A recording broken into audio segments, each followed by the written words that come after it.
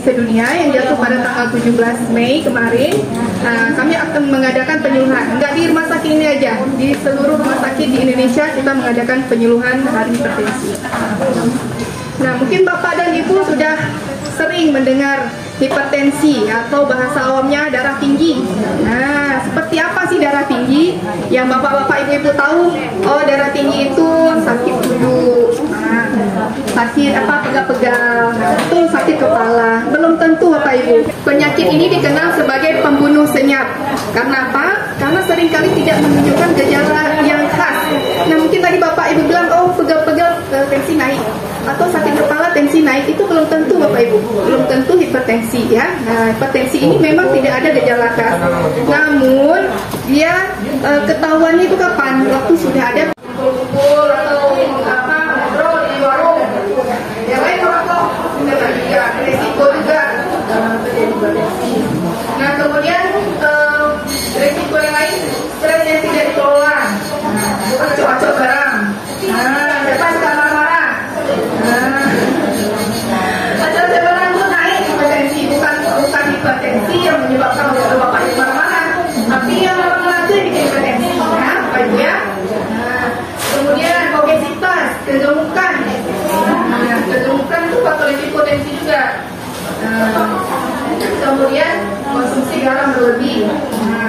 Makanan kita itu makanan asin banget, apa itu? Asin banget. Kemudian penderita diabetes, sakit gula. Sakit gula itu sumber segala penyakit. Salah satunya bisa. Kemudian kurang aktivitas fisik, kurang gerak, malas bergerak, malas berjalan, malas cuma nonton TV, duduk-duduk aja, santai-santai. Itu bisa berisiko juga hipertensi, apalagi kurang tidak ada olahraga sama sekali. Ada olahraga serangan jantung.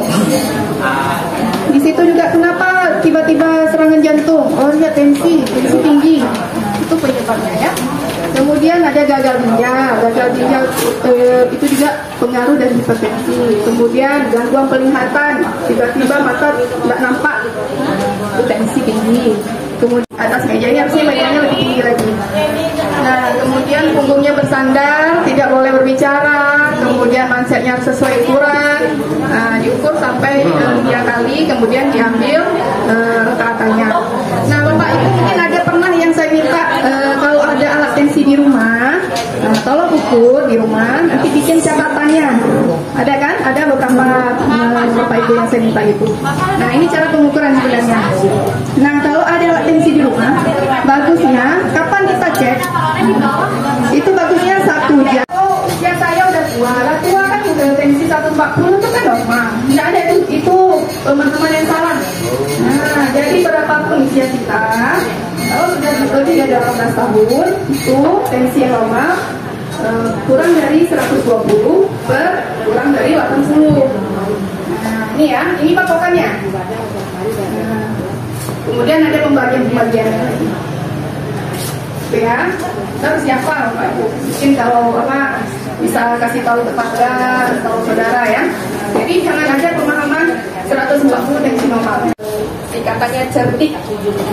Cerdik itu C-nya cek kesehatan rutin. Mungkin Bapak Ibu di sini memang sudah ketahuan penyakitnya. Kalau pasien saya ketahuan penyakit jantung. Nah, ini kalau pasien yang tidak ada keluhan sama sekali, nah sebaiknya kita cek rutin. Kalau bapak yang di atas umur 50 tahun itu cek minimal 1 kali dalam setahun. Nah, kalau tidak ada faktor risiko, tapi kalau ada faktor risiko saya tadi perokok, obesitas, diabetes, kemudian ada faktor keluarga yang menderita hipertensi, itu harus lebih sering lagi dicek. Ya. Kemudian kalau ibu-ibu kapan dicek? Waktu sudah menopause. Nah, itu minimal setahun sekali. Tapi kalau sudah ada faktor risiko yang lain tadi, lebih sering lebih bagus. Ya, jadi jangan sampai ketahuan tensinya tinggi waktu sudah ada komplikasi.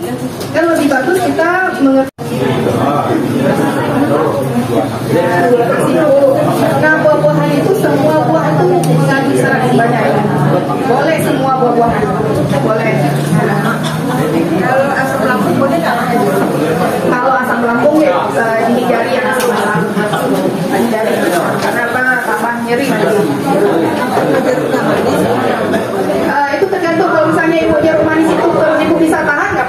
Tapi kalau buahnya nggak tahan, ya jangan. Tapi kalau untuk hipertensi, semua buah boleh. Tapi janganlah banyak durian itu jangan. Sekarang sudah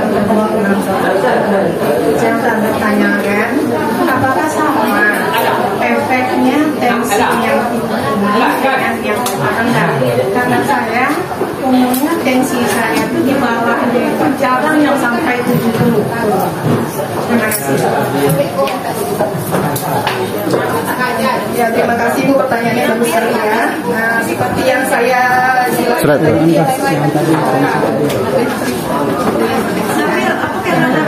nah Ibu, ini berdasarkan dari guideline, tensi normal di atas umur 18 tahun adalah kurang dari 120 kurang dari 80.